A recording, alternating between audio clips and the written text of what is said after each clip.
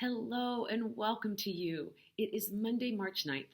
I am Paige Margaret, and this is your Monday Minute.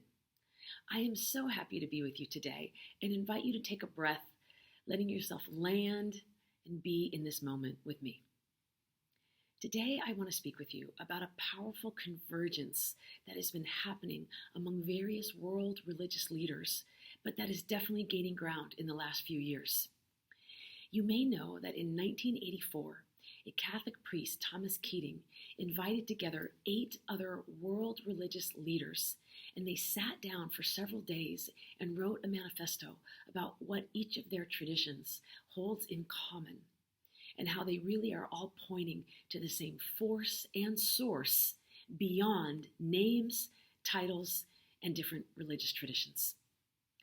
Fast forward a few years later, and in 2016, Archbishop Desmond Tutu, a Christian, and the Dalai Lama, a Buddhist, wrote a book together called The Book of Joy, wanting to give that gift to everyone of any religious, cultural, or ethnic persuasion.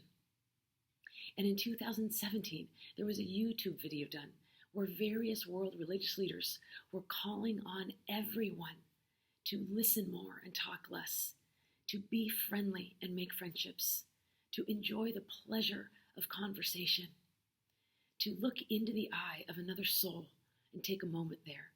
Such simple requests, and yet so full of wholeness and oneness. And in 2020, Father Richard Rohr at the Center for Action and Contemplation wrote a book called The Universal Christ.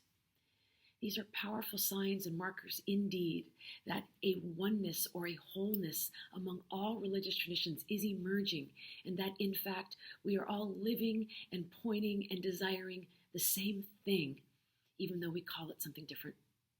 This is so important to us at Evolve that we're devoting our next series of weeks to wholeness, to the contemplative mind, to non-dual thinking, because this indeed is a way in to the ultimate reality, to the God being within, to the divine presence.